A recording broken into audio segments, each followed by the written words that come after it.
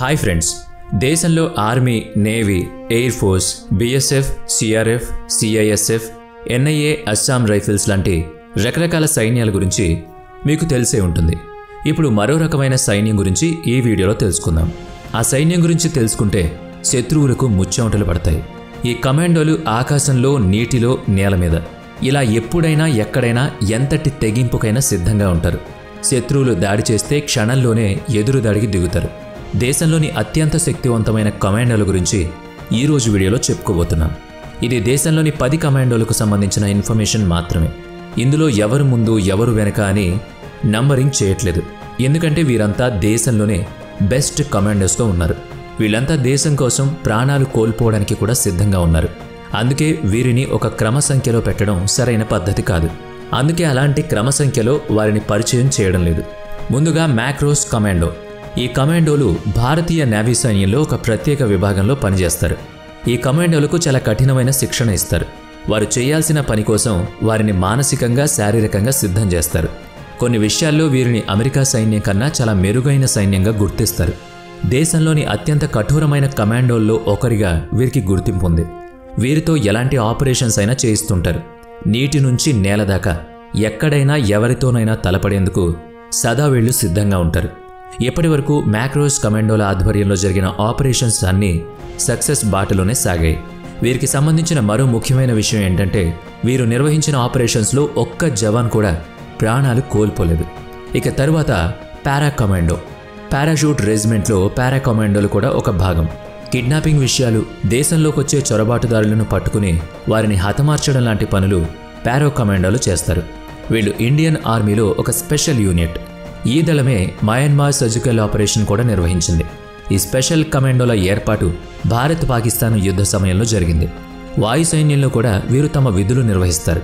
1971, 1999లో జరిగిన యుద్ధాల్లో కూడా ప్రముఖ పాత్ర పోషించారు.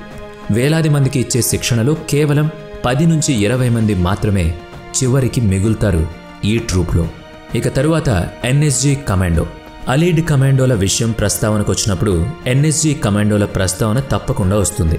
Allied commanded terrorism force. ఈ సైన్యం మినిస్ట్రీ ఆఫ్ హోమ్ అఫైర్స్ పరిధిలో పనిచేస్తూ ఉంటుంది. వీళ్ళు హోంశాఖ పరిధిలోకి వస్తారు. ఈ కమాండోలు దేశంలోని అత్యున్నత వ్యక్తులకు బాడీగార్డులుగా పనిచేస్తారు. ప్రధానమంత్రి మీద ఎటువంటి దాడి జరగకుండా చూసే బాధ్యత ఈ కమాండోలది. ఎన్ఎస్జీ కమాండోలు ఎప్పుడూ నల్లని దుస్తులు, నల్ల మాస్కులు, నల్ల షూ, నల్లటి ఆయుధాలే ఉపయోగిస్తారు. అందుకే వీళ్ళని బ్లాక్ కార్డ్ కమాండోస్ అని కూడా పిలుస్తారు. వీరి మోటో అన్ని వేళలా అంతటా భద్రమైన పరిస్థితులు కల్పించడం. వీళ్ళు ఆయుధాలు లేకుండా కూడా శత్రువులను ఎదుర్కోగలరు, వారిని చంపేయగలరు. వీళ్ళంతా అనేక రకాల మార్షల్ ఆర్ట్స్లో కూడా నిష్ణాతులై ఉంటారు. దేశంలోని ఏకైక బాంబ్ డేటా సెంటర్ కూడా వీరి పరిధిలోనే ఉంటుంది. ఇక తరువాత కోబ్రా కమాండో. ఈ విభాగం 2008లో ఏర్పాటైంది. COBRA full form commando battalion for resolute action. వీరికి 3 నెలల శిక్షణ ఇస్తారు. ఈ విభాగంలో 10 మంది కమాండోలు పనిచేస్తారు. వీళ్ళంతా రకరకాల పనుల కోసం వేరువేరు విభాగాలుగా ఉండి పనిచేస్తారు. ఈ కమాండోలకు గొరిల్లా ట్రైనింగ్ ఇస్తారు. ధైర్యంగా ఎదుర్కోవడంలో ఈ కమాండోలు ఎక్స్పర్ట్స్. రాష్ట్రపతి భవన్ లాంటి పెద్ద పెద్ద ప్రభుత్వ ఆధీనంలోని కార్యాలయాల భద్రత బాధ్యత వీళ్ళిదే. బెస్ట్ పారామిలిటరీ ఫోర్స్గా కూడా వీళ్ళకి గుర్తింపు ఉంది. వీరి నుంచి ట్రైనింగ్ తీసుకోవడానికి దేశ విదేశాల నుంచి అనేక మంది యువకులు వస్తూ ఉంటారు. కోబ్రా కమాండోలు అడవి ప్రాంతాల్లో ఎక్కువగా ఉండేందుకు సిద్ధపడాల్సి ఉంటుంది. ఈ సైన్యం ఎలాంటి సాయం లేకుండా 11 రోజుల పాటు అడవుల్లో పోరాడుతూ బ్రతకగలరు. అందుకే ఈ కమాండోలు ప్రపంచంలోనే మొదటి స్థానంలో ఉన్నారు. ఇందుకోసం వీరికి స్పెషల్ ట్రైనింగ్ ఉంటుంది. ఆయుధాలు వినియోగించడంలో కూడా వీళ్ళు స్పెషలిస్టులు. ఇలా 2 వారాల పాటు పోరాడే శక్తిని కలిగి ఉంటారు వీళ్ళు. ఇది వీరి ప్రత్యేకత. ఇక తరువాత ఘటక్ కమాండో.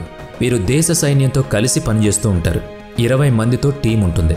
శత్రువులను ఎదుర్కోవడం, దేశ సైన్యంతో కలిసి పనిచేయడం వీరి పని. తమ సైనికులు శత్రుసేనలకు చిక్కితే అక్కడికి వెళ్లి వాళ్ళని ఎలా తెచ్చుకోవాలో వీళ్ళకి బాగా తెలుసు. వీళ్ళు ఇతర సైన్యానికన్నా భిన్నంగా నలుపు రంగు టోపీలు ధరిస్తారు. 73 గంటల ప్రత్యేక శిక్షణ ఇస్తారు. పూర్తి ట్రైనింగ్ కంప్లీట్ అవడానికి 3 ఏళ్ల సమయం పడుతుంది. వీళ్ళు సరిహద్దుల్లో కాపలా ఉంటూ దేశాన్ని చొరబాటుదారుల నుంచి కాపాడుతూ ఉంటారు. టెర్రరిజాన్ని ఎదుర్కోవడంలో కూడా వీరికి ప్రత్యేక శిక్షణ ఉంది. త్రిదళాల్లో పనిచేయడమే కాకుండా అవసరమైతే శత్రువుల శిబిరాల మీద కూడా దాడి చేసేందుకు సిద్ధంగా ఉంటారు. వీళ్ళు జమ్మూ కాశ్మీర్లో అనేకసార్లు ఇలాంటి రక్షణ చర్యల్లో కూడా పాల్గొన్నారు. ఇక తరువాత ఎస్పీజీ కమాండో, పూర్తి పేరు స్పెషల్ ప్రొటెక్షన్ గ్రూప్. ప్రధానంగా ప్రధానమంత్రి భద్రత కోసం ఈ కమాండో పనిచేస్తుంది. వీరు నిరంతరం సింపుల్ సఫారీ సూట్తో పాటు నల్లటి కళ్ళజోళ్లు పెట్టుకుని ఉంటారు. కొన్నిసార్లు వీళ్ళు తుపాకులతో పాటు కనిపిస్తారు. మాజీ ప్రధాని ఇందిరాగాంధీ హత్య తరువాత 1985లో ఈ ఫోర్స్ని తయారు చేశారు. వీళ్ళు హోంశాఖ పరిధిలో పనిచేస్తారు. ఇక తర్వాత స్పెషల్ ఫ్రాంటైర్ ఫోర్స్, ఎస్ఎఫ్ఎఫ్కి సాధ్యం కాని పనేది ఉండదు. ఎంతటి ప్రతికూల పరిస్థితుల్లోనూ మొక్కవోని దీక్షతో విధులు నిర్వహించడంలో వీళ్ళు ముందుంటారు. -డిగ్రీల ఉష్ణోగ్రతల్లోనూ ఒంటి మీద దుస్తులు లేకుండా వీళ్ళు పని చేయగలరు. మంటల్లో దూకగలరు, కొండల మీద నుంచి దూకుతారు. ఇలా ఎలాంటి పరిస్థితుల్లోనైనా వీరు తమ విధులు నిర్వహించడంలో దిట్ట. ఇందుకోసం వీరు కఠోర శిక్షణ తీసుకోవాల్సి ఉంటుంది.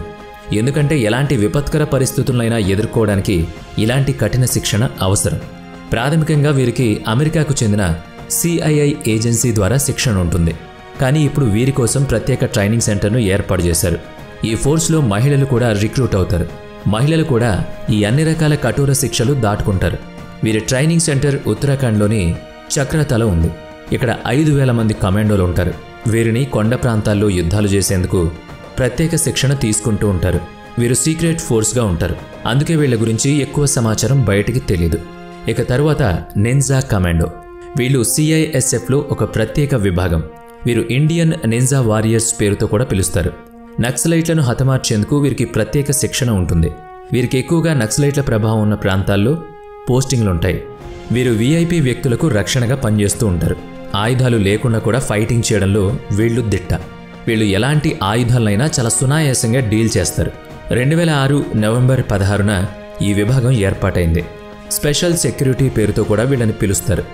ఇక తర్వాత ఫోర్స్ 1 కమాండో, ప్రపంచవ్యాప్తంగా క్విక్ యాక్షన్ తీసుకోవడంలో వీళ్ళు సిద్ధహస్తులు. 2010 మే నెలలో మహారాష్ట్ర ప్రభుత్వం దురాక్రమణదారుల నుంచి రాష్ట్రాన్ని భద్రంగా ఉంచడం కోసం వీళ్ళని ఏర్పాటు చేసుకుంది. ఈ కమాండోలు ముంబై మెట్రోపాలిటన్ సిటీని సురక్షితంగా ఉంచే బాధ్యతలు తీసుకుంటారు. 15 నిమిషాల్లో ఎలాంటి విపత్కర పరిస్థితులైనా ఎదుర్కోవడానికి సిద్ధంగా ఉంటారు. వీళ్ళు కౌంటర్ టెర్రరిజంతో పాటు ముఖ్యమైన వారికి భద్రత కల్పిస్తూ ఉంటారు. ఇలా 300కు పైగా కమాండోలు ముంబైలో పనిచేస్తున్నారు. మరి ఈ కమాండోల గురించి మీ అభిప్రాయం ఏంటో కామెంట్ చేయండి. వీడియో నచ్చితే లైక్ చేయండి, షేర్ చేయండి. ఇప్పటి వరకు మన ఛానల్ని సబ్స్క్రైబ్ చేసుకున్నట్లయితే ఇప్పుడే సబ్స్క్రైబ్ చేసుకుని బెల్ ఐకాన్ మీద క్లిక్ చేయండి. నెక్స్ట్ వీడియోలో మళ్ళీ కలుద్దాం. Thanks for watching.